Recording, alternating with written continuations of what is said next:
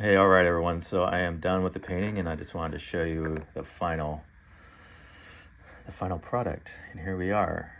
And take some up close here. I already signed it down in there. You see that? So look at the texture. This is the foreground, so it's heavily textured in there.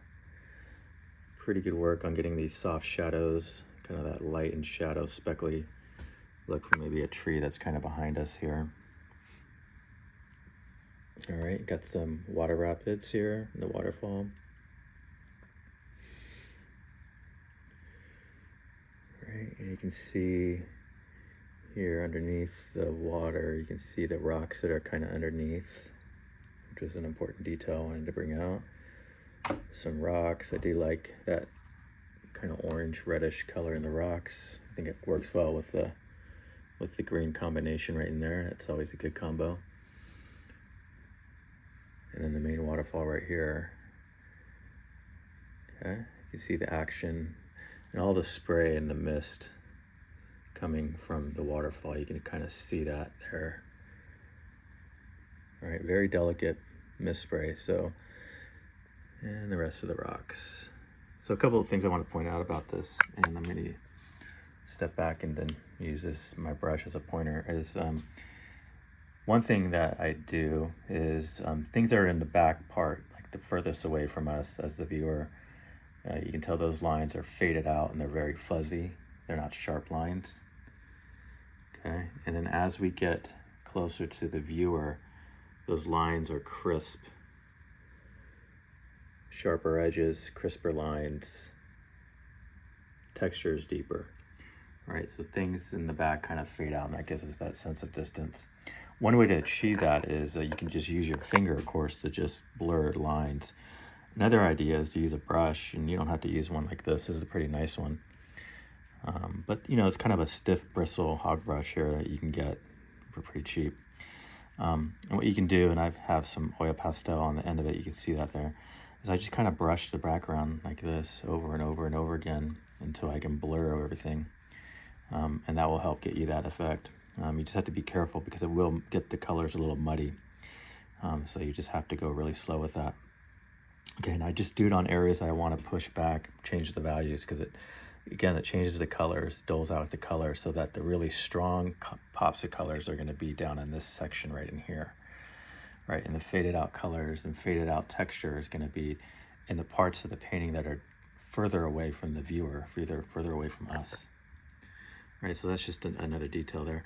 Also wanted to show you, so a brush like this really helps with kind of getting that kind of mist and effect. You can kind of take the brush and kind of just kind of brush it up.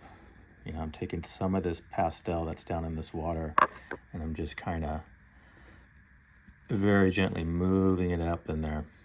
Okay, and you just do that over and over again, and you can get that effect. Another thing I wanted to show you is a difference in the whites. So I have two whites in my hand.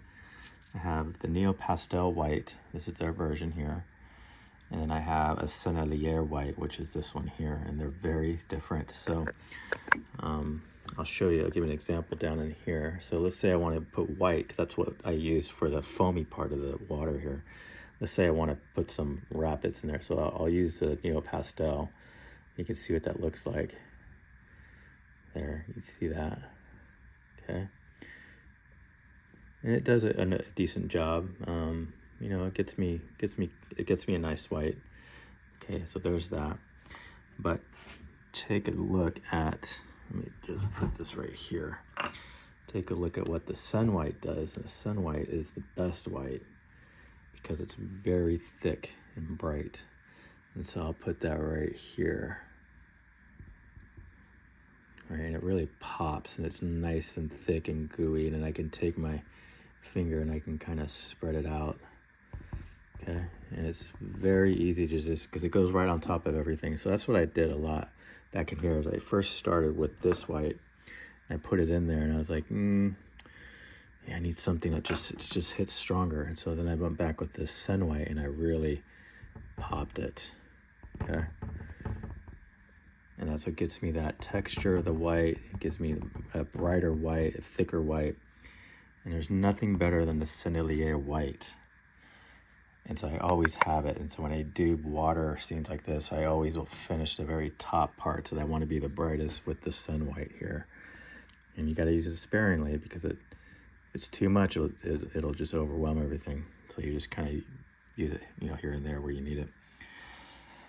Okay, so if you don't have sennelier in your oil pastel setup, I would suggest at least get the sun white, and then maybe like a dark blue, for example, a dark blue like this. By itself, it's pretty transparent, but when you place it on top of another color, you can get a very rich dark.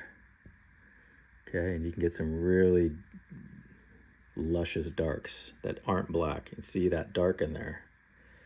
All right, that's my darkest dark in the whole painting, is right here. Okay, and there's also a little piece right here, but this is the darkest dark. It's darker than any of these darks back here. All right, I don't want a deep dark back in here because I would flatten out the image.